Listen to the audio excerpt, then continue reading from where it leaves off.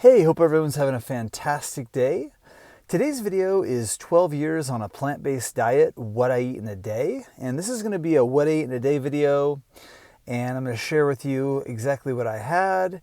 And I have a clip from my workout as well. And I did a 11 a.m. strength training workout. I fast through the morning and then I broke my fast at about 1 p.m., which is typical for me.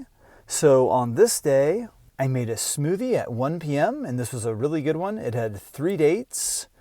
It had some kale. It had 1 cup of frozen blueberries. It had a tablespoon of cacao powder and a tablespoon of peanut butter. It also had 5 frozen ripe bananas, and I freeze them with the peel on, and I thaw them in hot water for about 4 minutes, and they come right out of the peel. And it also had about a cup of coconut water and a cup of almond milk. And it was really good. It made just a little bit over a liter. Next up at 5 p.m., I had a can of pineapple, and then I made a salad. It had greens, cucumber, apple, and avocado. And then at 7 p.m. I had dinner. I started off with a peanut butter and jelly sandwich on Dave's seeded bread with some almonds and an apple.